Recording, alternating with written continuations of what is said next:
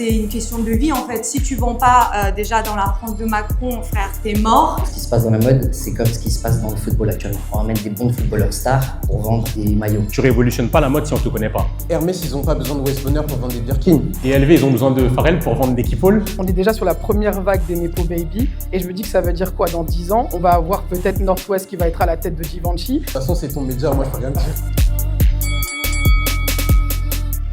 Merci d'être tous là et tout, franchement ça fait super plaisir. Première édition de GoTech en vert. On a un sujet aujourd'hui qui est Les stars veulent-elles le travail des designers?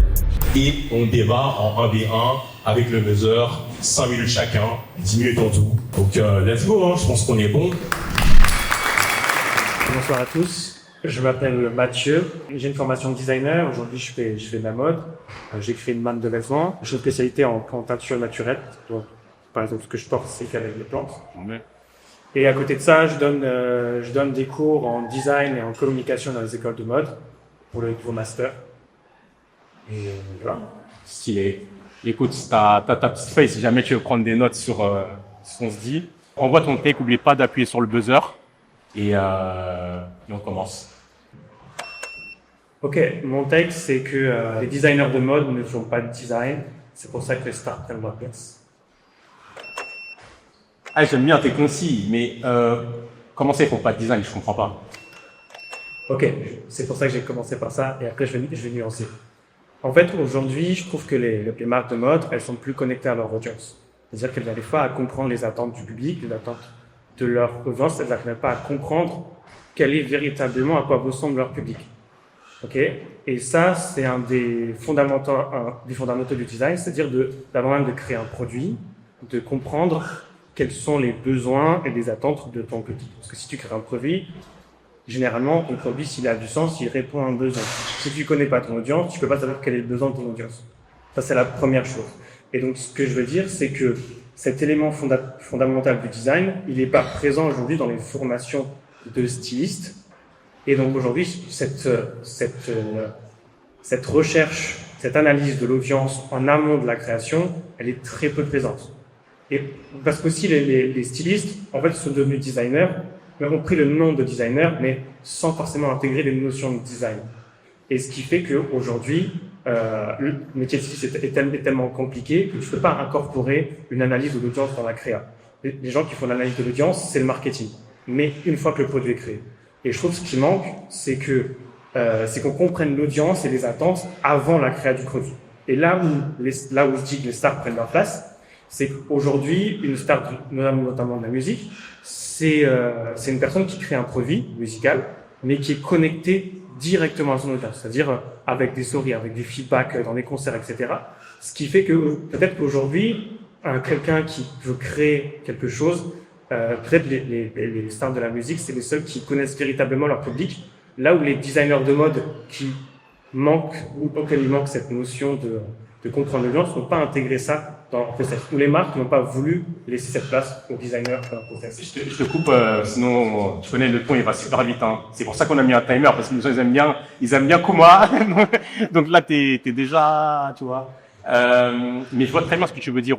Au début, j'allais dire, ouais, je suis moyennement d'accord, parce que en fait, dans les grandes maisons, tu vois, les gens ils sont hardcore sur justement la data, ce que les clients ils veulent, etc. Donc ils sont à fond là-dedans. Donc ils sont très aware de mon client il veut ça, il aime ça, c'est quel tranche d'âge, etc. Tu vois.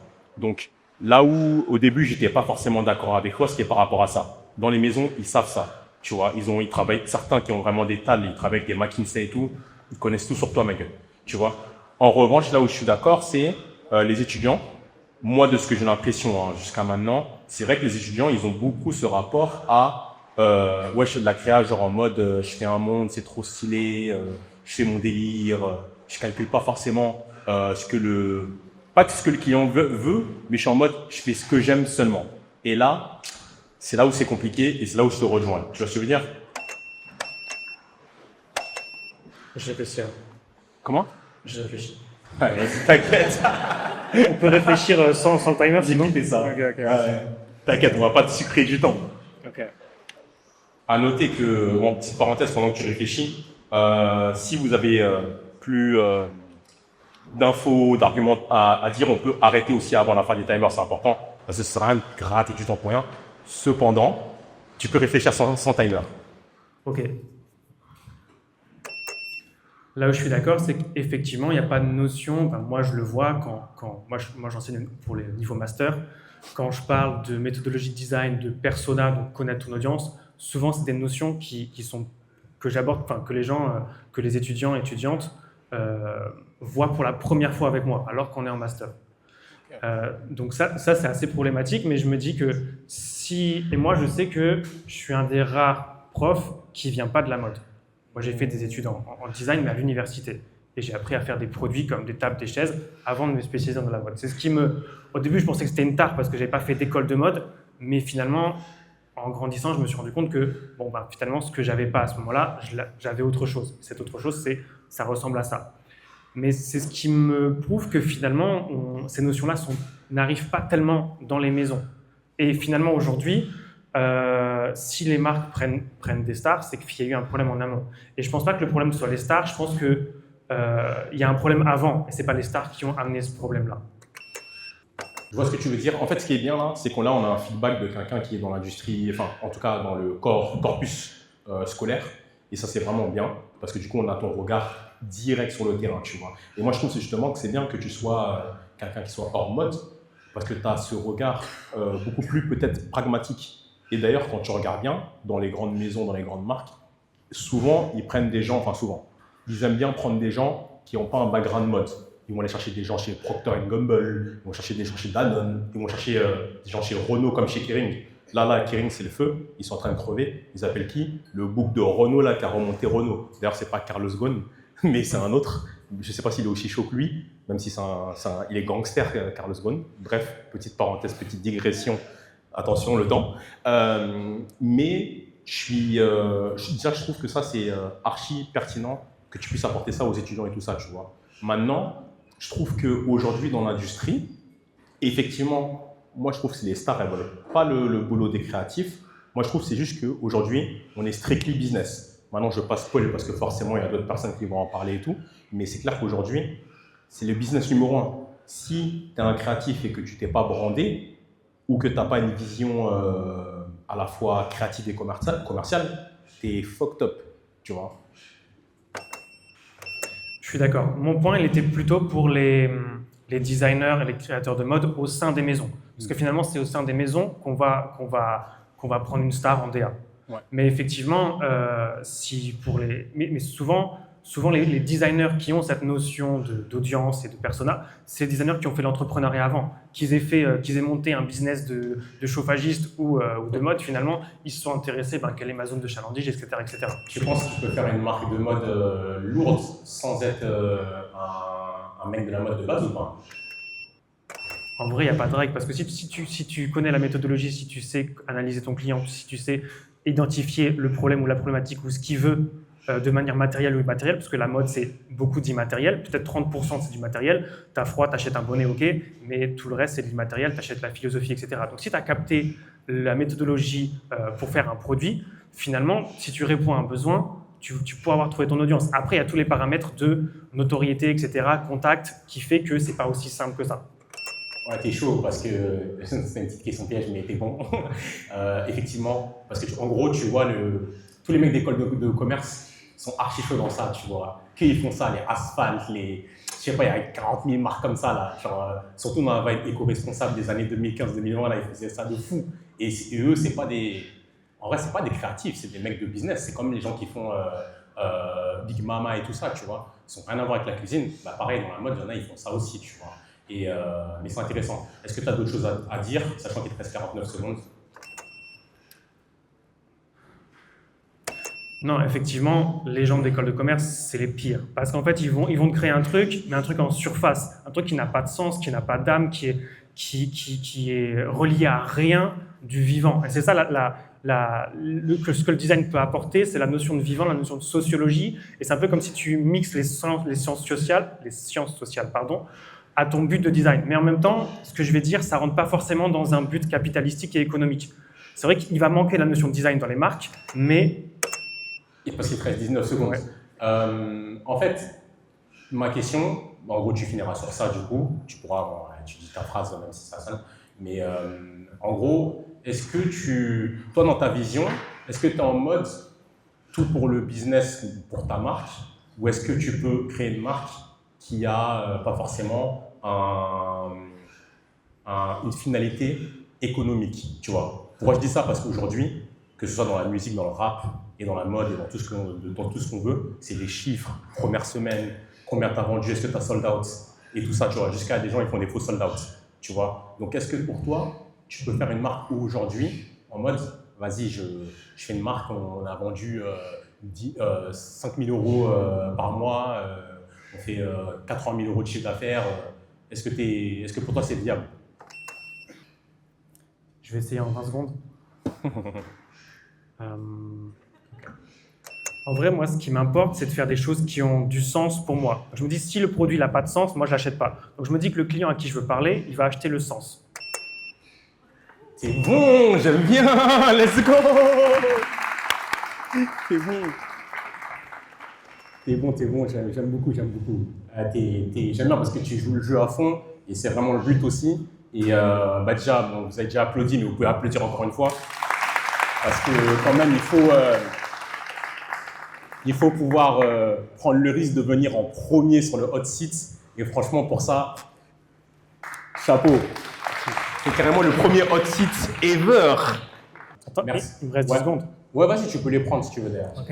À partir du moment où ce que je fais a du sens, si ça fait de l'argent, tant mieux. Si ça fait pas d'argent, au pire, il y a quelqu'un qui va remarquer ce sens et je vais me faire démarcher pour un autre projet. Mais tant que le sens de ce que je fais, il est là et que ça touche les gens, deux options. Soit un, je fais de l'argent et en même temps je progresse. Soit deux, je fais pas d'argent mais je progresse. Et ensuite, je peux bifurquer vers un autre projet qui grâce aux skills et à ma manière de réfléchir, m'auront fait progresser et je pourrais bifurquer vers un autre projet. Mais dans tous les cas, je resterai aligné sur ma vision et ma vision sera encore plus forte avec ce que j'aurais fait. Okay. Mais en même temps, voilà, il y a des gens qui peuvent faire du business et après, et sans sens, hein, et c'est leur dos, hein, c'est pas le mien. Merci beaucoup. Hein. Merci. Merci beaucoup, c'était très intéressant. Comment? Ok, alors bonjour à tous, merci beaucoup de m'accueillir. Moi je m'appelle Riam Rose, j'ai 24 ans et je suis directeur artistique d'une marque de vêtements que j'ai fondée. Et je suis originaire du Maroc, de Marrakech, et je suis libanais et je me suis installé à Paris il n'y a pas très longtemps pour continuer mon projet. Allez, les Libanais, vous êtes chauds en business. Je vous connais les Libanais. Vous êtes chauds. Oussama Amar, Bélec. Toi, tu vas me mentir, toi. C'est des mensonges, hein. Non, mais c'est cool. Je veux dire une petite parenthèse quand même, parce que c'est important. Certes, là, il y avait un prof créatif juste avant, Mathieu. Là, c'est Ryan qui est un creative director, mais en vrai, tu peux venir même si tu es un stagiaire chez la Fortuny. Tu vois, c'est pas, le point il n'est pas là, le point il est dans l'argumentation et dans les idées que tu as et dans la force que tu peux avoir. Donc vas-y, on va commencer. Hein. Bah, si, let's go. Vas-y, c'est quoi ton take? Alors moi j'ai mon take, ça va être très rapide. J'ai un scoop pour vous, la mode et le talent sont morts. J'aime bien. Vas-y, on voit. Ok. Alors ça va en choquer plus d'un, surtout qu'après je passe quelqu'un qui n'avait pas du tout le même esprit. Moi je suis dans le côté beaucoup plus négatif. Pour moi c'est comme le crash de 2008. Plus le temps va passer et plus le talent et le savoir-faire va creuser et ça va plus marcher du tout. Mais pourquoi tu dis ça? Alors je m'explique, comme on peut le voir justement par rapport à ta question que tu as posée. Attends, là il est en Philippe Risoli. Il est en Philippe Risoli. Ah, t'es bon, hein. Là t'es en mode présentateur de fou là. Faut bien, j'ai joué le jeu jusqu'au bout. Vas-y, let's go. Vas-y, on voit. Ok. Alors, comme tu l'as dit tout à l'heure, il y a pas mal de fashion designers stars qui prennent la place de fashion designers connus avec du vrai talent. Donc maintenant, aujourd'hui, les marques de mode, ils cherchent quelqu'un qui a plus de buzz sur les réseaux, qui a plus de talent. Et ça, tu peux le voir, comme ce qui se passe actuellement, Pharrell Williams, Valentino avec Jason Smith et tous les mecs comme ça. Le boutin. Le boutin, pardon. On n'a pas besoin de fact-checker, mais attention, il y a la VAR. Hein. Il y a la Les variable. mecs, Je suis très stressé, les amis. Non, il n'y a rien. En petite parenthèse, il n'y a rien, vous pouvez vous tromper et tout, même s'il y a la VAR. On vérifie quand même, mais il n'y a pas de mal à se tromper. Hein. Je veux dire, je trompe, t'as le stress, whatever, on s'en fout. Ouais, non, clair. Excuse-moi, du coup, j'ai interrompu sur ça. Ouais. Tu peux me redire ta dernière phrase, comme ça je rebondis?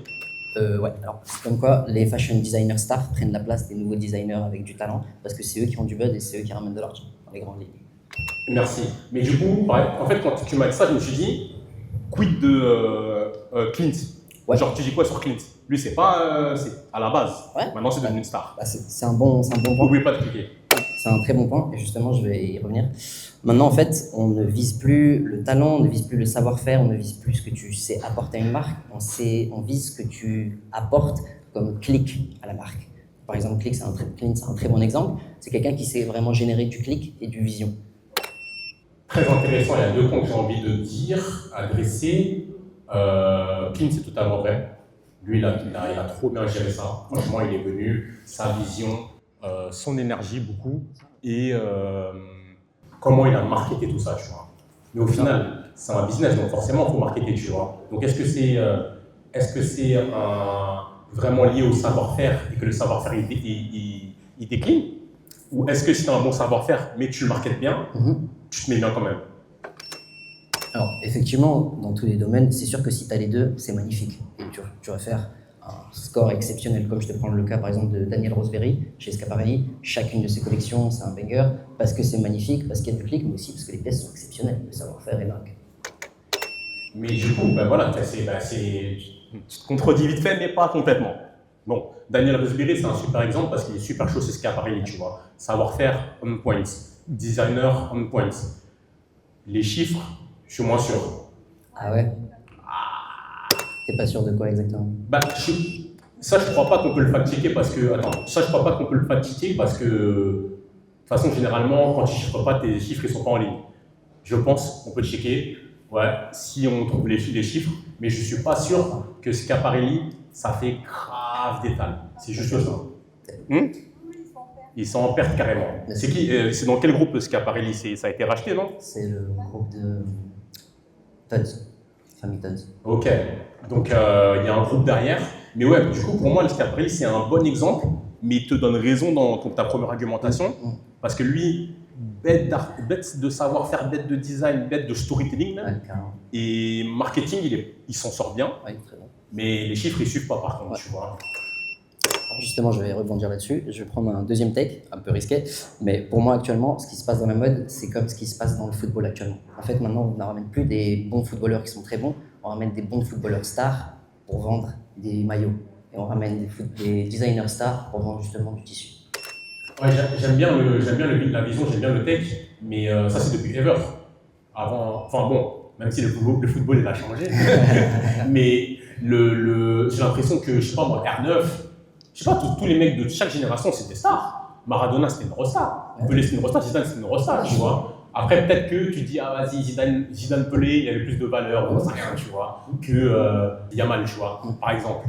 Mais à la fin de la journée, c'était des stars de leur époque aussi, tu vois. Donc je vois pas l'exemple, enfin le parallèle était bien, mais je vois pas en quoi ça a changé d'avant. En fait, ça a changé principalement juste dans la façon où le marché actuel des tendances a évolué. Avant, on vendait forcément des produits, on s'intéressait forcément à tes goûts. Maintenant, on s'en fout de quelle couleur tu aimes, quelle coupe tu aimes. Tu vas aimer ce qui est tendance actuellement et tu vas porter sans le vouloir ce qui est tendance, même si c'est pas forcément ce qui te plaît. Super pertinent. En revanche, j'ai l'impression que les bureaux de tendance sont toujours là. Ils ont toujours les taf. Que les tendances, elles viennent pas de nulle part. Même si on croit que ça vient des algorithmes et des réseaux directement, il y a des gens derrière qui les avancent. En fait, généralement, dans les tendances, même si tu vois en bout de fil, c'est, je sais pas, Jaden Smith ou Yeezy ou Travis Scott qui vont sortir les tendances, mais elles viennent d'où ces tendances de base? Elles viennent de la niche ou des trucs courts, tu vois. Genre, je te donne un exemple super simple, mais tout le délire de l'esthétique qu'il avait, etc., 2015 et tout ça, ça vient de beaucoup de Rick Owens, le brutalisme, le wabi-sabi, le tout ça, et du coup, bah, tout ça, c'est une traînée. C'est pas venu d'un coup. Donc, du coup, pour moi, c'est la même chose qu'avant, sauf que les gens, avec les algorithmes, tout va très vite, et les gens, ils se prennent ça, genre, ils se prennent le truc en mode quand le truc, il est mûr à souhait, comme si la banane, là, quand elle est noire, là, tu vois, c'est là qu'ils prennent les gens, tu vois ce que je veux dire? Le grand public, je parle. Pour rebondir et pour parler un peu plus. Attends, toi, t'as trop économisé ton temps, Ouais, toi. c'est ça que j'aimerais marquer. Je vais parler un peu plus que je t'ai laissé parler. Pour rebondir actuellement, du coup, par rapport à ce que tu me disais, c'est une très très bonne réponse. Juste, actuellement, maintenant, les gens ne cherchent plus forcément à faire du chiffre par rapport aux ventes, ils cherchent à être sur le devant de la scène. Tu n'es plus un consommateur et on ne s'intéresse plus à ce que tu veux porter, ce que tu veux transmettre comme image quand tu veux le mettre. On s'intéresse à les clics que tu fais sur Internet. On s'en fiche un petit peu en globalité des chiffres que la marque fait, même si elle est à perte, c'est des marques vitrines. Comme par exemple, c'est un bon exemple ce que tu dis avec Schiaparelli, ils savent qu'ils sont pas rentables et ils savent que c'est pas forcément le but de faire du chiffre. Le but, c'est d'abord de voir une grande vitrine pour avoir quelque chose de présent sur les réseaux. Parce que actuellement, la valeur la plus importante qu'on a chez tous, c'est les clics. C'est tous les clics et tout ce que vous avez, c'est votre attention. C'est pas forcément ce que vous allez acheter, ce que vous allez dépenser, vos goûts personnels, c'est les clics que vous allez mettre sur Internet. Et ça, pour moi, c'est une valeur qui a 1000 fois plus de valeur que l'argent. Très pertinent. Bon, attends, je vais pas tricher. Je vais pas même tricher dans mes règles. Laisse-moi réfléchir du coup parce que les gens, ils aiment parler trop, ils aiment trop qu'on m'a après. là, je suis timé. C'est bon. Je suis timé. Mais le timing, il compte pour moi aussi. Ah non, mais t'as raison. Important. Parce que moi aussi, j'aime bien parler, sinon on serait pas là. C'est réel. Ouais, le clic, c'est important, la vitrine, c'est important, mais est-ce que toi, par exemple, tu as ta marque, Ouais, carrément. est-ce que tu peux survivre sans argent? Non, évidemment, non, bien sûr. C'est pour ça qu'en réalité, à l'heure actuelle, on te demande de plus forcément être bon dans ton design, on te demande d'être bon sur les réseaux parce que c'est ça qui va faire de l'argent plus tard. C'est pas évident cette question, c'est pas sûr. Hein. Je te donne un exemple qui est personnel pour le coup. Moi, je suis directeur artistique et j'ai travaillé dans une marque de vêtements. J'ai lancé des collections et les gens, donc dans les grandes lignes, hein, forcément, les gens n'ont jamais retenu forcément les détails, le savoir-faire ou le craftsmanship, par exemple. Ils ont beaucoup plus remarqué où est-ce que ça a été fait, qui est-ce qui était là, est-ce que ça a buzzé, combien de vues ça a fait. Et en réalité, quand tu te rends compte à l'heure actuelle, on s'intéresse plus forcément à la coupe de tes designs, on s'intéresse plus forcément au tissu que tu as acheté ou aux matières que tu as pris, on s'intéresse vraiment à qui était là, est-ce que ça a buzzé et est-ce que j'ai envie de le mettre parce que les autres gens, pourquoi les autres gens l'ont mis, c'est parce que ça a cliqué. Il y a plein de gens, je pense, des gens qui, pas forcément ici, parce que ici vous avez l'air d'être des gens très éveillés, mais dans la vie de tous les jours en général, je pense que les gens font des achats parce qu'ils l'ont vu sur les réseaux ou parce qu'ils l'ont vu sur leur personnalité préférée. Et à l'heure actuelle, c'est dommage de le dire, mais c'est plus important d'être sur le devant de la scène en clic et en buzz, un peu, en intention, qu'en savoir-faire. Je vais répondre en 2 points. Vas-y. Premier point, il y a des gens qui ont du following qui flop. CF, Beyoncé, Ivy Park, Miskin. C'est la meuf la plus suivie, flop. Premier point. C'est pas mal. Deuxième point, et ce sera mon point final, je pense. Est-ce que tu penses que si tu marketais, toi ou n'importe qui, marketais bien son savoir-faire, la technique, le prototypage, tout ce que tu veux, l'atelier, tout ça, est-ce que si tu marketerais ça bien et que ça serait super hype, est-ce que ça serait chaud? Est-ce que ça marcherait? Est-ce que ça ferait du chiffre? Boum! C'est bon! Let's go! Il est bon. Oui. Non, là, je triche. Là, t'as dit un cheat code. T'as dit oui, ça compte pour rien. Non. Oui, je vais continuer. Oui, effectivement, ça a marché parce que, comme je t'ai dit, les gens achètent ce qu'ils voient. Mais pour rebondir par rapport à l'artisanat, c'est une petite nuance dans ce que je vais dire. Il va falloir aussi qu'il y ait une certaine pérennité dans ce que tu fais, parce que si tu fais du marketing et que du buzz pendant très longtemps, les gens lâchent parce que finalement la qualité n'est pas au rendez-vous, l'artisanat n'est pas au rendez-vous et le craftsmanship ne suit pas. Donc, je pense qu'il faut un bon équilibre, mais justement c'est pour ça qu'on prend des designers stars pour avoir juste la grande tête d'affiche, un peu celle qui fait cliquer, qui fait « Hey les gars, ça va, vous avez passé un bon week-end ?» Comme ça on fait du clic, parce qu'on sait très bien qu'il y a des ateliers, il y a des petites mains, il y a des grandes mains, tout le monde fait du excellent travail derrière. C'est pour ça qu'on fait ça. Je ne sais pas si je garde cette question pour après ou non. Bon, c'est une question transversale. Ça veut dire, de toute façon, toi, il te reste 10 secondes, donc on n'a pas le temps de répondre, à part si tu as un truc en masse. En gros, pourquoi aujourd'hui il y a autant de stars qui sont sollicitées pour des quemards, même si c'est pas tant que ça, au final, c'est 3-4, alors qu'avant, dans les 20 ans en arrière, c'est pas autant le cas. Avant, les stars, c'était des designers. Mais bon, ça, c'est une question vite fait pour toi et pour la suite.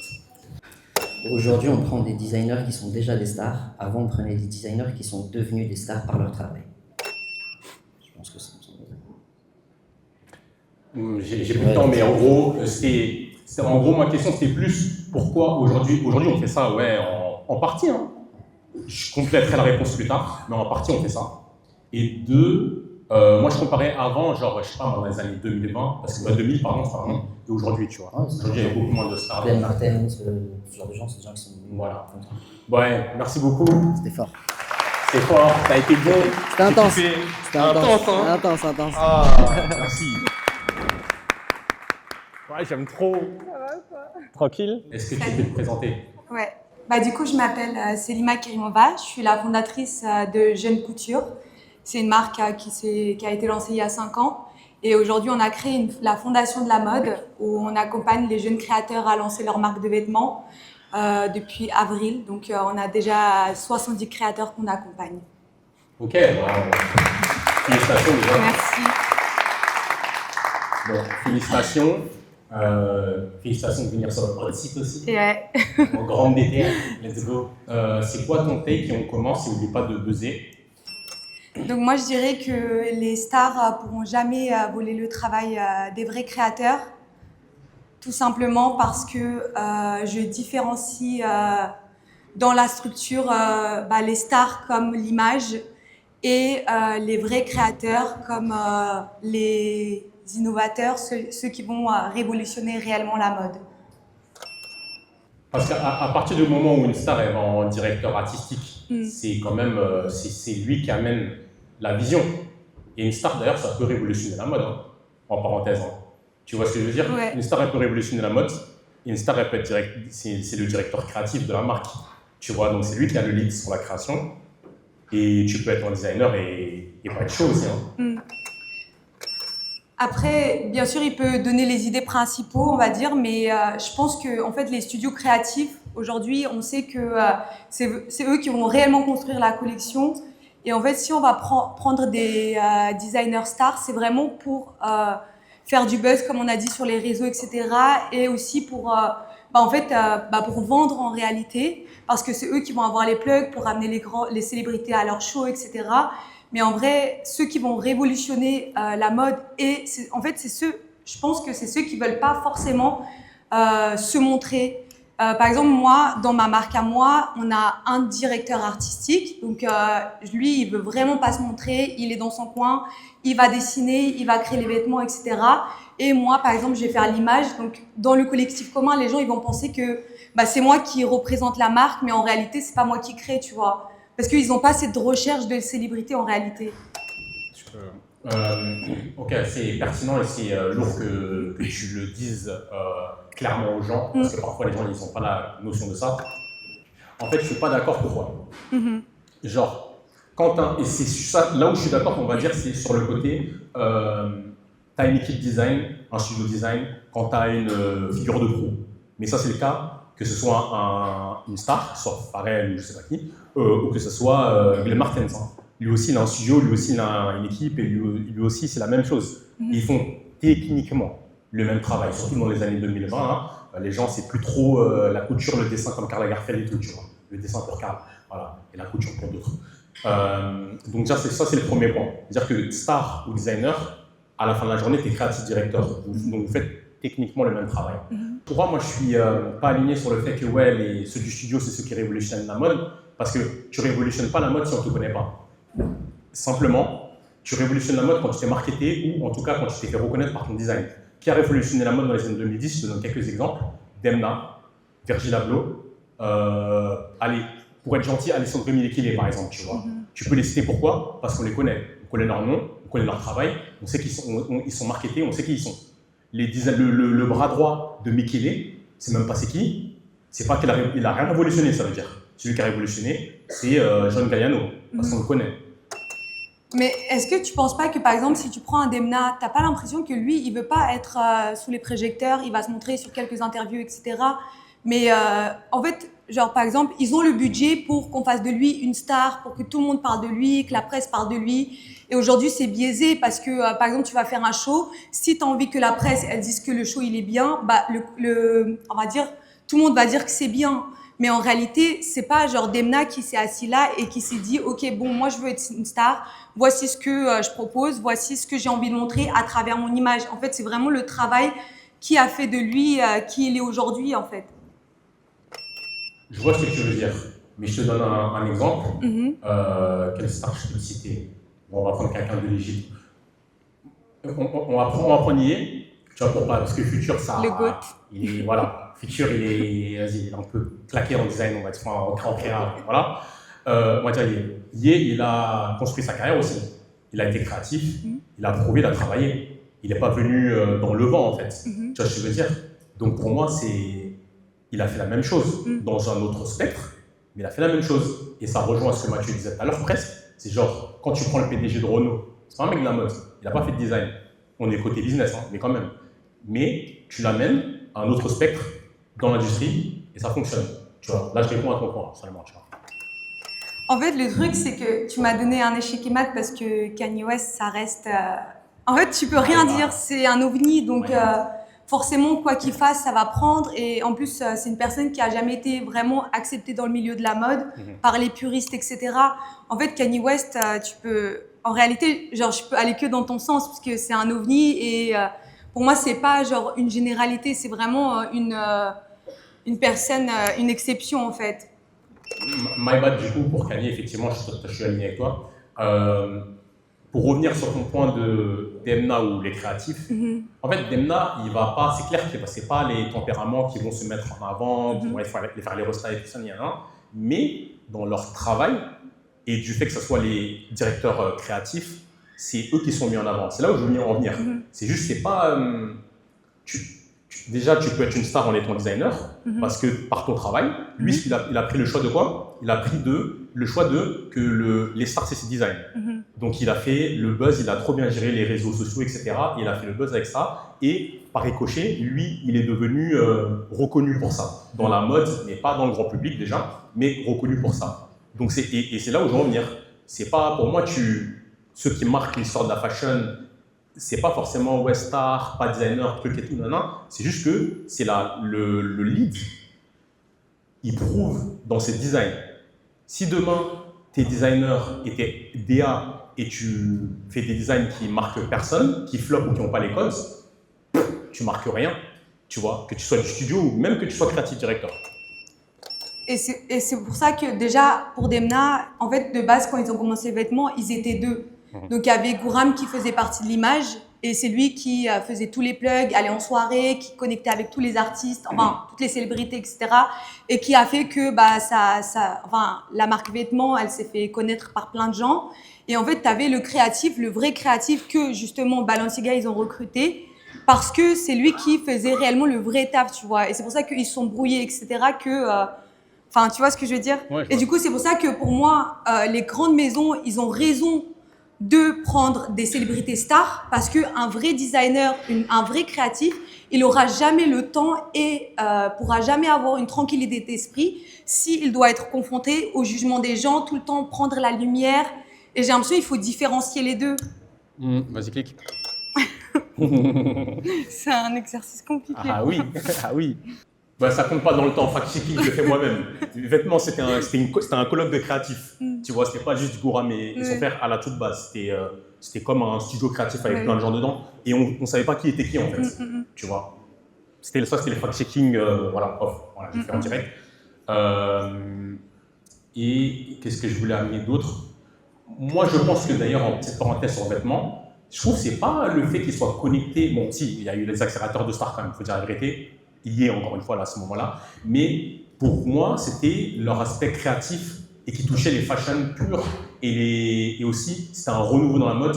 Et bon, c'est un autre débat, je n'ai pas envie de niquer mon temps, mais c'est en mode, c'était le streetwear des fashions super chers, tu vois. Et je vais m'arrêter sur ça, sinon je ne vais pas pouvoir finir. Et le deuxième point que tu m'as dit, voilà, les designers qui jouent le jeu création, slash image de marque et se faire critiquer, tout ça, Je trouve que dans les années 80 et même dans les années 2000 et peut-être encore aujourd'hui, tu as encore des designers qui jouent le rôle des deux. Kid Super aux États-Unis, il est créatif directeur, il est créatif, il est artistique et en même temps il fait les connexions avec tout le monde. Tu vois Wesley Saigon, Ronaldinho, il fait du foot, il va au tournoi. Deuxième exemple. Et même dans les années 2080, et ça sera la fin, je m'arrêterai sur ça, c'est même Galliano, Jean-Paul Gaultier, tous ils étaient connectés. Jean-Paul Gaultier encore, dans les années 80, il était avec les Mylène Farmer, je sais pas quoi. dans les années 2000, il allait chercher, comment elle s'appelle, la meuf des footballeurs, Zaya. C'est pas contre les féministes. Zaya, là, c'est Zaya, je crois. Bref, Nabila, tu vois, donc il y a des créatifs qui sont aussi connectés, qui font le taf pour deux, en fait. Et en vrai, je trouve que Kitsuber, c'est un très bon exemple parce que, par exemple, il a co-créé la collection avec Louis Vuitton et moi, je trouve ça tellement grave qu'une personne aussi créative n'a pas eu sa place en tant que directeur artistique, alors que c'était, après Virgile, c'était l'une des plus belles collections qu'il a pu nous offrir.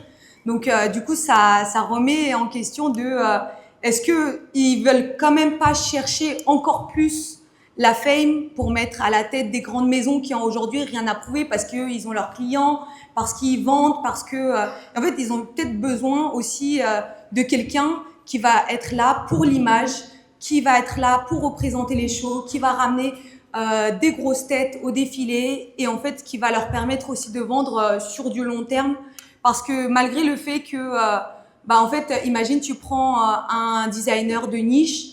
En fait, cette personne, elle va pas te permettre, si elle est pas hype, elle va pas te permettre de vendre sur du long terme ou faire, perdurer quelque chose, tu vois. Alors que s'ils prennent des personnalités stars, c'est là où ils vont chiffrer le plus. Et en vrai, moi, je pense qu'au final, tout est question d'argent, tout est question de la mode aujourd'hui, c'est que du business.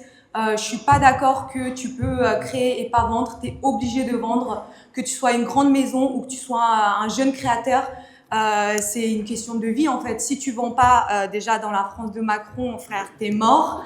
T'es obligé de vendre en fait parce qu'à la fin du mois, t'as capté, t'as tous les charges et c'est la merde quoi. Merci. Non, t'as bien dit. Merci beaucoup.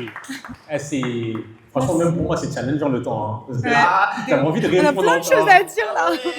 Je voulais parler là. Putain. Merci Maurice. Merci beaucoup. Vas-y, présente-toi. Alors, je me présente rapidement. Je m'appelle Kouman, j'ai 25 ans. Je suis fondateur des Architectes, une communauté, une marque de vêtements. Je suis entrepreneur et aussi créateur de contenu. Alors, oula. Attends, laisse-les te donner un shout-out. Merci, ça fait plaisir. Et toi, t'es venu en découp. Ah, je suis venu en découte. En plus, là, il y a des trucs, ça m'a fait mal à la tête. Ah. Let's go, j'aime bien. Ok. Rappelle encore une fois, parce que là, il n'y a que des créas qui viennent. Les gars ou les meufs, c'est pas genre juste ça. Moi, je suis pas en mode, vas-y, je le précise encore. Tu vois, parce que c'est bien, c'est lourd, hein, des créatifs et tout, mais c'est bien d'avoir l'avis aussi de gens qui sont hors tout ça. Ah non, moi je parle vraiment en tant que passionné de mode, c'est même Bien pas sûr. l'entrepreneur, c'est vraiment juste la passion et l'amour de la culture mode. 100%. Je dis ça plus pour en général et même pour les gens qui regarderont cette vidéo sur les réseaux et tout, tu vois. Ok. Vas-y, let's go, n'oubliez pas de... Ouais, alors ok, le micro bug pas. Alors moi je suis contre tout ce qui a été dit. Pour moi, personne ne vole le travail de personne. J'aime bien.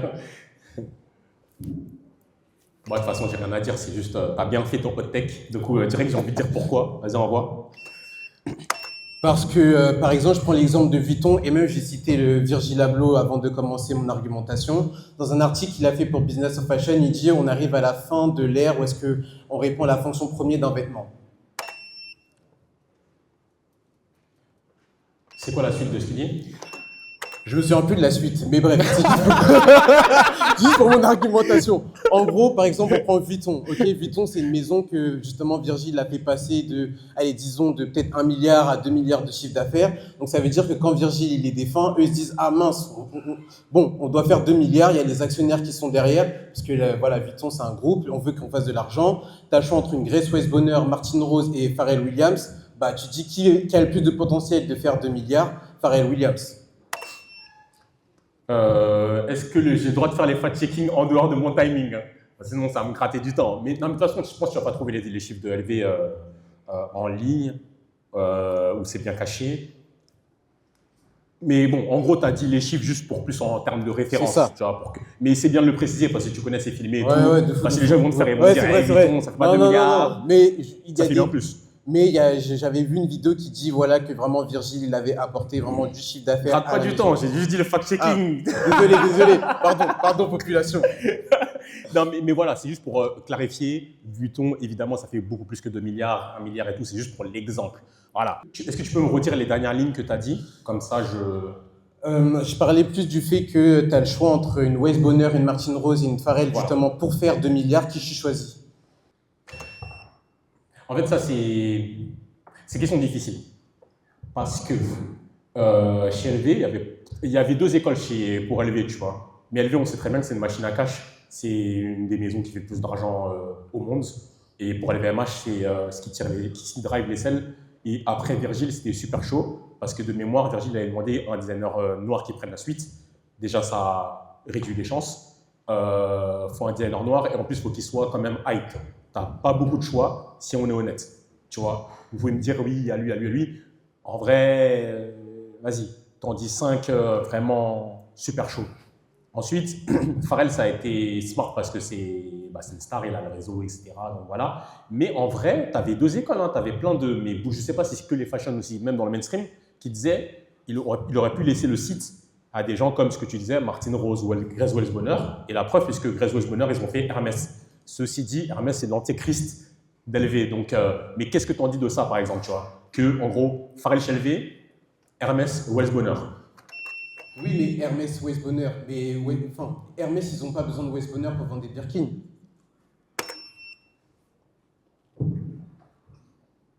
Et LV, ils ont besoin de Pharrell pour vendre des Keepall?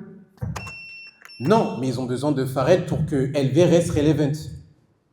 Ouais, parce que LV, c'est une marque culturelle, mais après, Hermès aussi, ils ont leur culture. Hein. La culture du savoir-faire. Ouais, j'allais dire la culture des Blancs, mais... c'est pas ça. Moi, je pose problème. C'est pas ça, on est ensemble. On est ensemble. Mais en tout cas, Hermès, ils ont une culture, mais c'est juste que c'est une culture plus portée équitation, savoir-faire. Voilà, c'est plus ça. Mais je comprends ce que tu veux dire. LV, c'est plus culture contemporaine. Tu vois. Parce qu'en fait, quand tu reprends l'histoire des designers, tu as eu Marc Jacobs, et Marc Jacobs, c'est lui qui introduit le streetwear en premier. C'est lui qui va mettre des monogrammes quand tu regardes ses défilés des années 2000. Après, on a eu un Kim Jones qui est énormément un grand voyageur, très inspiré de l'Afrique, qui va aussi mettre du sportswear. C'est lui qui va faire la collab avec Supreme. Ensuite, tu as Virgil qui arrive avec toute la vague du hip-hop, du streetwear, de la trap. Du coup, partir sur un délire qui n'a rien à voir avec ça, c'est enlever aussi une grosse partie de la clientèle. Très, très smart. C'est vrai que Vuitton, ils sont restés sur un art très, presque hip-hop culture. J'allais dire culturel, mais en vrai, hip-hop culture. Et ça, depuis, très bon exemple, Marc Jacob. Marc Jacob, il a fuck avec tout le monde, les Murakami et tout, nanana. En fait, tous les gens qui fuck avec la street culture, il les a mis. Tu vois, Chaos et tout, il a été très, très précurseur. Autre débat parce qu'il n'y a pas beaucoup de temps. Donc ça, tu as totalement raison. Et effectivement, si tu regardes cet arbre-là, Pharrell, c'est très, c'est genre naturel, tu vois. Et c'est beaucoup plus naturel, malgré tout, que prendre Grace Wales Bonner ou prendre Martine Rose, qui est beaucoup plus risqué, même si Martine Rose, elle a les codes, elle a le truc UK, c'est en vogue et tout ça, tu vois. C'est pour ça que sur ça, c'est un peu complexe, mais c'est un gros risque. Non, mais je suis totalement d'accord. Martine Rose, j'ai eu la chance de parler avec elle. C'est une très grande. Franchement, elle est super sympa, très grande créative et tout. Mais juste en termes de. En fait, le business de la mode, c'est faire de l'argent. Donc, ça veut dire que tu peux faire les plus beaux vêtements que tu veux. Si les gens, quand ils arrivent à Louis Vuitton, ils disent bon, ça c'est Martine Rose. Ah, j'aime pas, j'achète pas. Je travaillais dans un concept store où est-ce qu'on vendait du Simone Rocha, du Christopher Esber. Et les gens, ils passaient. Moi, Simone Rocha, j'adore. Les gens, ils passaient devant Simone Rocha. Ils disaient ouais, voyez ça, la pièce, le défilé et tout. J'aime pas, j'achète pas. Je te hé. Mais c'est ça la réalité de la mode. Mais tu penses, j'ai double question. En gros, je te dis la première question. Tu penses que Simone Rocha, par exemple, il venait voir. Tu penses qu'il prenait pas parce que c'était pas hype, reconnu, il n'y avait pas de star, etc. Ou est-ce que les gens ils auraient pu acheter du Simone Rocha comme ça sans rien, on va dire, sans avoir de hype dessus? De ton ressenti, hein. Ouais, bien sûr. En fait, c'est pas la hype, c'est plutôt la réalité du client. En fait, qui a l'argent pour mettre cet argent-là? Et la plupart du temps, ceux qui ont l'argent pour mettre 800 € dans un top ou peut-être 1600, 2000 € dans une robe, c'est des gens qui ont rien à voir avec la mode. Ça veut dire qu'en mode, c'est des femmes qui font du shopping parce que leur mari est riche ou elles ont fait beaucoup d'argent. Mais c'est pas des passionnés de mode. Attends. Combien de gens qui ont acheté un Birkin connaissent l'histoire de Jane Birkin? Très smart. Tu m'as dit que tu m'as coupé parce que je voulais répondre Désolé. à le truc d'avant et tu m'as mis Désolé, pardon. un glitch. J'ai oublié mon take. Merde, c'était quoi ton premier point du coup? Ils achètent pas parce que ceux qui achètent, c'est ceux qui ont de l'argent. Ceux qui ont de Voilà. l'argent ne sont pas passionnés de mode. De ouf. Ceux qui achètent ne sont pas passionnés de mode, mais parfois leurs enfants si. Petite parenthèse, mais bon, je souscris quand même à ton point. Moi, je dirais plus que c'est... En fait, les gens pointus, souvent, ils n'ont pas d'argent. C'est pas moi qui le sens. Non, pas à 100%, pas à 100%. Pas à 100%. En vrai, t'as des gens pointus, des archivistes et tout, Bien nanana, sûr, ils bien réussissent. sûr. Mais t'as capté. Non, mais je vois ce que tu veux dire. Tu vois ou pas? Tu Tu vas vois, rigoler. il y a plein de gens, ils sont, tu vois, Ouais, ils aiment le truc, mais ils n'ont pas les finances qui suivent. ils n'ont pas l'étal, tu vois. Et après, et surtout, ceux qui sont pointus, c'est une infime partie. C'est là où, pour moi, c'est là la différence. C'est même pas forcément, celui qui achète, est-ce qu'il connaît ou pas. C'est plus les gens niches, pointus, qui sont à fond, qui vont te dire, Virgile a copié Walter von Beirendonck, connexion de 2003. Eux, c'est 0,1% de la population, C'est ça. tu vois. Et ouais, c'est plus ça dans... Et c'est très important ce que tu dis parce que justement, c'est là tout le point. C'est qu'en fait, personne ne veut le travail de personne parce qu'en fait, ceux qui parlent, mais c'est pas les clients. C'est juste des gens qui aiment la mode, qui regardent, mais c'est pas eux qui vont donner de l'argent à la maison. En fait, qu'est-ce que la cliente chez Gucci qui dépense 50 000 € par mois, qu'est-ce qu'elle pense que Demna, il est créateur directeur? C'est ça qui est pertinent. Moi, j'ai un ami à moi qui est un gros client élevé. Moi, genre, j'ai vu quand il me dit ouais, t'as vu, Pharrell, j'aime bien, mais mais ça, je vais pas dépenser autant. Genre, il dépense des 20, des 30 000 €, tu vois. Et en fait, tu vois son ressenti. Tu sais s'il aime ou s'il aime pas. Et c'est ces gens-là qui est intéressant. Parce que c'est ces gens-là qui font vivre la marque. Parce qu'ils achètent. 100%, mais pourquoi Demna Gucci ça fonctionne alors? Tu vois, enfin, je pense que ça va fonctionner, tu vois. Par exemple, lui, c'est pas une rosta et tout ça, ni un, et pourtant, il vient, ou même Alessandro Michele, Ouais. qui a fait le retournement de Gucci, tu vois, où c'était, vas-y, Gucci, c'était en chien pendant très longtemps, il est venu, il a retourné, c'était un nobody, c'était un mec du studio, justement, pour rebondir à ce point-là. Tu vois, et pourquoi lui ça a marché, le consommateur il ne pouvait pas dire truc et tout. Tu vois ce que je veux dire? Ouais, non, je vais voir. Et justement, je vais finir avec l'exemple de Gucci. Par exemple, on a eu Alessandro Michele, après on a eu Sabato Di Sarno. Sabato Di Sarno, c'était un flop. Pourquoi? Parce qu'en fait, ça parle à qui? Ça parle à personne. Alors que Alessandro Michele, il allait parler à la pop culture. T'as vu, ça ramène des Gucci Mane. Ça permet à Dapper Dan, qui a travaillé, qui a voulu mettre en avant un aspect de Gucci. Donc, tu vois, il y a un aspect qui est culturel, qui connecte à une audience. Donc, le produit, il a une valeur. Mais si Sabato Di Sarno, tout ton discours, il est tourné autour du savoir-faire, or que les gens avant, ils étaient Gucci par rapport à la valeur culturelle, la personne va consommer. 100% d'accord avec toi. Et du coup, ça rebondit sur la discussion qu'on a eue juste avant, qui disait ça en fait. Qui disait, en fait, tu peux être un designer et faire du chiffre en fait. C'est juste qu'il faut être cultural relevant. Oui, mais non, parce que ça dépend du contexte. Par exemple, le gars de chez Ferragamo, Maximilian, il fait un super bon taf, personne parle de lui. Par exemple, là, on se plaint des designers stars. Le gars de chez Balmain, là, Antonin, je sais pas comment il s'appelle. Voilà. Désolé, hein. Il est chez Balmain, mais en vrai, j'ai vu aucune vidéo qui parle de lui. Alors que quand Jaden, il est passé chez Louboutin, oui, mais tu vois 50 vidéos. Donc en fait, il y a une hypocrisie qui est, en fait, quand il y a un gars qui est vraiment ce que vous voulez, personne parle de lui. Et ça, c'est la réalité. T'es bon, j'aime bien, j'aime beaucoup. C'est exactement ça. Antonin Tron, let's go. Hey, Let's go. et t'as la culture. En berge. T'es bon là, t'es bon. Ah, j'ai dit, ça m'a fait mal à la tête, les trucs que j'ai entendus. Bon. Ah, j'aime bien, là, ça rigole pour de vrai, mais c'est ça qu'on veut. Parce que là, moi, là, si je finis, c'est genre avec un article. Ah, puis. Si je finis, c'est avec un article de Pietro Beccari. Sabato de Sarno, le mec qui était chez Gucci avant, après Michele, t'as totalement raison. Maximilien de Ferragamo, il flop parce qu'il a aucun buzz, aucun marketing, c'est pour ça qu'il flop. Mais les gens, en plus, c'est trop marrant. Side, ouais, ça compte en fact-checking. C'est pas mon take, c'est un point extérieur. De toute façon, c'est ton média, moi, je peux rien dire. Non, mais il faut pas tricher. Non, parce que c'est en dehors, c'est pas dans mon argumentation, tu vois. C'est vraiment une side note. Justement, aujourd'hui, je regardais une story de Fashion Roadman. Ouais, C'est on un a vu média. la même chose. Bah voilà, tu vois. Et il disait, ce designer-là, pourquoi personne ne parle de lui? Il est super chaud au design, truc, il est trop fort et tout, nan. Il a dit, parce que le market, il est zéro. Moi, j'ai même répondu, je lui ai dit, frère, le market, il est zéro, commercialement aussi, c'est zéro. Et c'est tout simplement pour ça, tu vois. Et je voulais répondre à quoi? Et Antonin Tron de Balmain, là où il a chaud, ça se trouve, il va faire un truc de ouf, hein. Il va faire un retourne acrobatique, je sais pas, mais c'est super chaud. Et pourquoi personne n'en parle? Parce qu'il n'a pas de... j'allais dire, il n'a pas de buzz, mais je vais aller au-delà de ça. C'est qu'il n'a pas de storytelling, il n'y a pas d'histoire autour de lui. Il y a juste un CV. Et c'est ça qui fait que ça fait mal. Par contre, Antonin Tron, si tu veux venir à l'état de la culture, je ne suis pas en train de te terminer.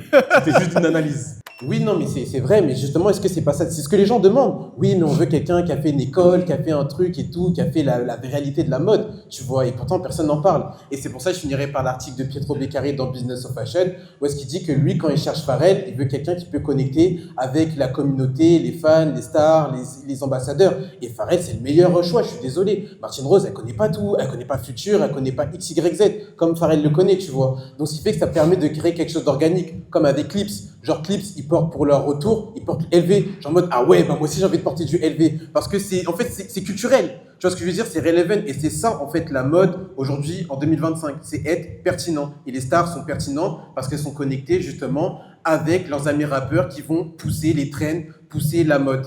Fin. Let's go. Merci. Ça m'a plu. C'est bon. Voilà, je te shout out. Hein? Ça, c'est les frérots, ça. Ça va, Moriba? Ça va. Est-ce que tu peux te présenter et on enchaîne? Ouais. Donc, je me présente, je m'appelle Binta. Donc, j'ai créé ma marque de vêtements Nudge Paris il y a 1 an maintenant.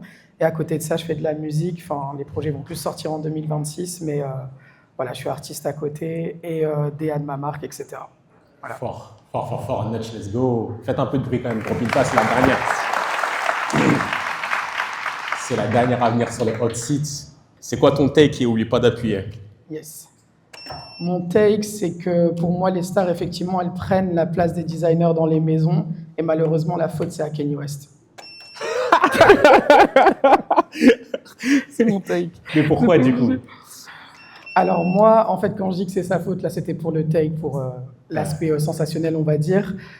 Kanye West, entre 2010 et 2013, avec l'époque de Riccardo Tisci, Givenchy, Demna, vêtements, etc., je trouve qu'effectivement, il a ouvert une certaine porte pour les personnes de minorité, justement pour avoir une place importante, etc., s'imposer dans le milieu de la mode. Ça a ouvert énormément de postes à des personnes comme Virgil Abloh ou encore Ibra Kamara, qui l'a justement succédé après sa mort. Mais malheureusement, aujourd'hui, et forcément on va parler de ça, le sujet où on n'est pas forcément d'accord, c'est qu'on a des personnes comme Jaden Smith qui ont plus leur place en tant qu'ambassadeur chez Louboutin, qui aujourd'hui, parce qu'ils sont bien nés, parce que c'est du népotisme encore une fois pur, prennent la place, comme elle le disait tout à l'heure, des personnes qui font des études de mode, qui s'endettent, qui a des parents aussi qui s'endettent, parce que c'est plus l'aspect social aussi que je vais mettre en avant, mais je trouve en fait tout simplement que c'est injuste et que ça trigger en fait.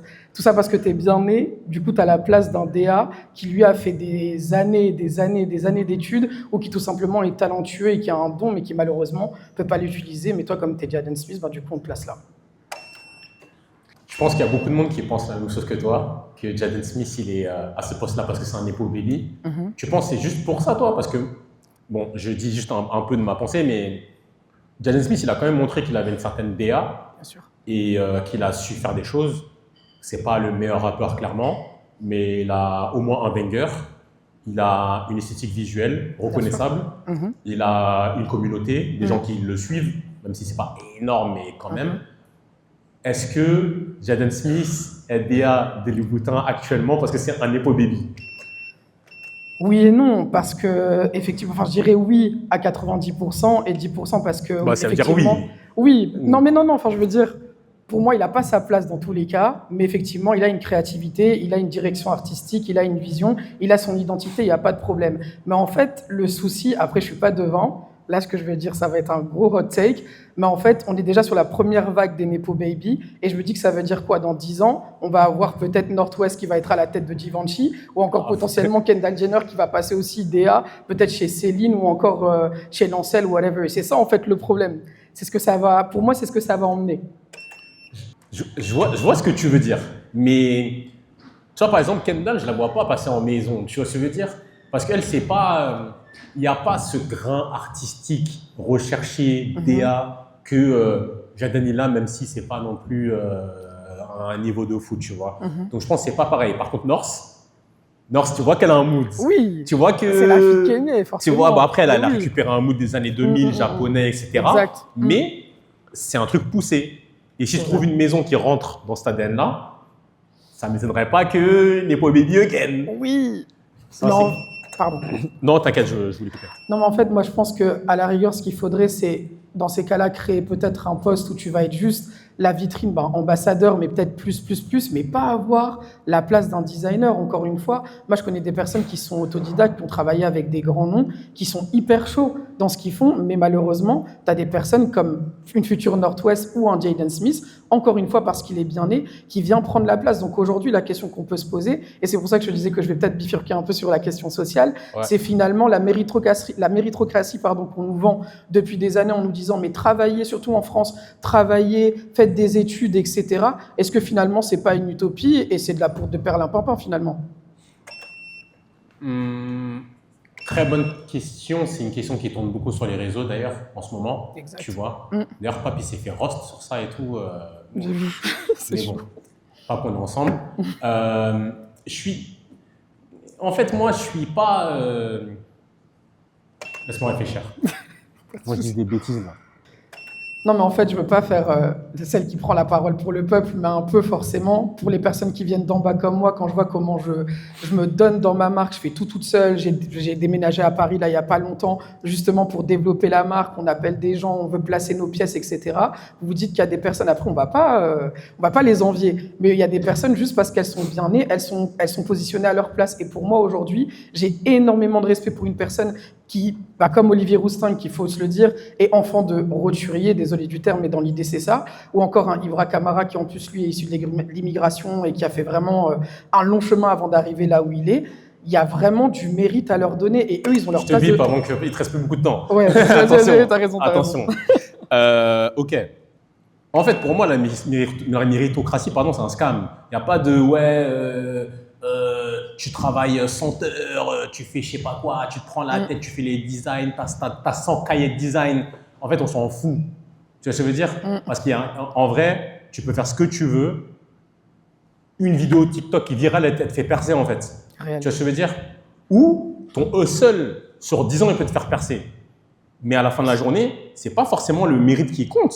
C'est genre, quelle intention tu as fait, quel marketing que tu fais, quelle vision tu as, qu'est-ce que tu apportes sur le marché. Et c'est tout ça ensemble qui marche, tu vois. Oui. Moi, je suis en mode savage, tu vois. Avant, j'étais en mode, tu vois, là, je parle, si tu veux rentrer dans les trucs sociaux. Moi, à l'ancienne, j'étais en mode, je suis un Renoir de cité, blablabla. Moi, j'ai quitté cette mentale-là, tu vois. Je suis vraiment en mode, maintenant, je m'en fous. Bulldozer.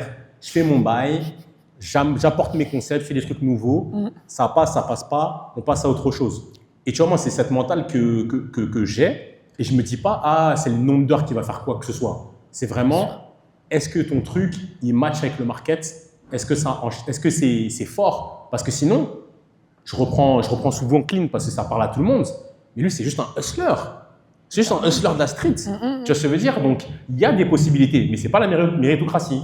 Le mec, il s'est connecté, il vient en France, il se connecte avec tous les jeunes cool, il va dans je sais pas quoi, il est dans ses missions.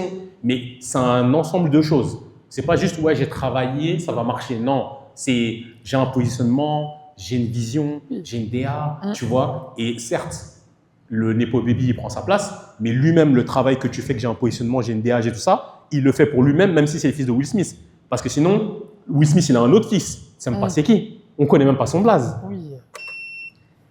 Après, chacun est unique, chacun est différent. Donc forcément, même si c'est son frère, enfin chacun est différent. T'as capté ce que je voulais dire. Totalement. Mais en tout cas, j'ai un exemple concret, ça va te parler. Je ne sais plus c'est quoi son nom de famille. Le fondateur de Trois Paradis, Aurélien. Émeric. Voilà. Émeric Chachov. Et ben voilà, lui, moi je ne savais pas que ça faisait 10 ans qu'il travaillait sur sa marque. Il était au Canada, il a fait des études pour ça. Finalement, la méritocratie, est-ce qu'elle existe? Oui et non. Et là, pour lui, je dirais que oui. Il a travaillé en de l'eau. Lui aussi, il s'est plugué. Il a commencé à passer ses pièces, etc. à des personnes connues. Il est là où il est aujourd'hui. Je crois qu'il a fait la Fashion Week il n'y a pas longtemps. Ouais. Donc finalement, les senteurs de taf aussi, ça peut payer. Mais le problème, c'est qu'encore une fois, quand on place des Jaden Smith à la place d'une personne beaucoup plus méritante, pour moi, on vient shut down les rêves des personnes d'en bas. Ouais, après on peut applaudir, mais non, je disais ça de manière rhétorique. Je disais on peut applaudir, 3 petits points, mais les gars, c'est pas la vie, c'est hard. Le Boug il a dit ça, c'est pas pour rigoler. C'est-à-dire que tu peux être là, tu peux dire ce que tu veux, mais à la fin de la journée, le boutin il pense les mathématiques. Je prends quelqu'un. Le mec, il peut travailler 10 ans. Si demain, je l'amène et qu'il fait 0 buzz, il y a 0 story, il y a 0 vidéo de mec, ouais, Jaden Smith, il va être je sais pas quoi, là, des vidéos face cam dans sa chambre, le mec, il va perdre. Et c'est comme ça que les gens y pensent. Et en plus, Émeric, je m'ai placé j'ai bossé avec lui. C'est le hustle. Même pour lui, c'est encore le hustle. Ouais. Tu vois, et c'est même pas la méritocratie parce que lui, il a charbonné, mais il a joué avec les codes du game aussi. Oui. Il se connecte, tac, GQ, Fashion Week, tu vois, et c'est là où je veux en venir, tu vois, c'est pas corrélé qu'avec le travail, et il faut aussi faut prendre de l'empathie, même si les gens n'aiment pas ça, mais il faut prendre de l'empathie pour le mec qui veut faire son business et qui est en mode, si je t'appelle, frère, faut que tu délivres, faut que tu envoies, tu vois. Non, c'est vrai. Mais finalement, moi je suis d'accord avec ce que tu dis, mais en fait, ça revient à ce que je disais, c'est que est-ce qu'on ne peut pas se poser la question de, finalement, c'est la hype qui prend le dessus sur le talent? Il n'y a que la hype qui compte, finalement. Ben, en fait, là, c'est presque la question la plus importante d'aujourd'hui. Putain, il me reste que 8 secondes, j'ai le seum. Non, mais c'est pas grave, c'est pas grave. Carrément. Ben, je sais pas, Salah est là. À la base, non, il a quand même travaillé chez Disney et tout. Bon, bref. Mais bon, en tout cas, tu vois, c'est un profil qui n'est pas ni une star du début, ni quelqu'un qui était méga plugué avant, je ne crois pas, et qui a réussi à s'imposer dans l'industrie par ses designs, ses plugs, et sa mentale et sa déterre. Tu vois, il n'y a pas eu de... c'est pas que de la hype, je crois, même si ces designs, parfois, ils sont chum, voilà, mais je pense que ce n'est pas juste la hype, c'est quelle hype tu vas créer autour de toi. Tu vois ce que je veux dire? Parce que c'est pas juste, ouais, la hype. Non, c'est pas que ça. C'est en mode, tu peux venir de nulle part et tu crées ta propre vague. Et c'est ça qui tue. Pour rappel, désolé, je déborde un peu. C'est pas grave. Pour rappel, Virgil, pour ceux qui se rappellent pas, à l'ancienne, il était conspué quand il arrivait dans la mode. Hein. Genre dans le street, c'était goat et tout, dans la niche et tout, mais quand il arrivait dans la mode, les gens, ils faisaient que le terminer. On a oublié cette ère-là. Hein. Même les Ibis, Nice Nobity, ils terminaient Virgil. Pas de crédibilité. Après, c'est devenu goat, chèvre. Mais avant, c'était laisse tomber. Il a dû faire ses preuves. Il a dû faire ses preuves et il a dû ramener sa hype dans la mode, qui était là, déjà bien là dans son délire. Mais bon, il avait un cheat code. C'est vrai. En tout cas, pour terminer, je vais essayer d'être concise. Tout à l'heure, tu donnais l'exemple de Clint, etc. Lui, justement, toute sa marque, elle est fondée sur la hype, pas forcément sur la qualité. Pour en avoir acheté, j'en avais parlé la dernière fois, c'est pas ouf. Mais en tout cas, je pense qu'aujourd'hui, tout simplement, on doit continuer tous à travailler. Faut pas les regarder, les personnes, les nepo baby, faut pas forcément les regarder avec de la jalousie. Mais je pense qu'il faut rester concentré et savoir que c'est pas parce qu'on a placé un Jaden ou qui que ce soit que forcément vous êtes moins talentueux. On peut tous y arriver et faisons juste nos preuves et voilà. C'est tout ce que j'ai à dire. Let's go! Merci. Ouais, merci à tous, ça a bien duré. Le résultat, il est archi chaud. Moi, je suis content et ça me fait plaisir de discuter avec vous en direct, d'échanger les idées, de débattre et de réfléchir surtout. Et pas seulement, vas-y, t'as raison, t'as tort, c'est pas ça le but, c'est vraiment se dire, ok, vas-y, on réfléchit, on gamberge. Et c'est un peu ça le but de ce média-là. Vas-y, venez, on réfléchit, on parle vrai et on reste qui on est et on charbonne avec ou sans méritocratie. Et merci à tous.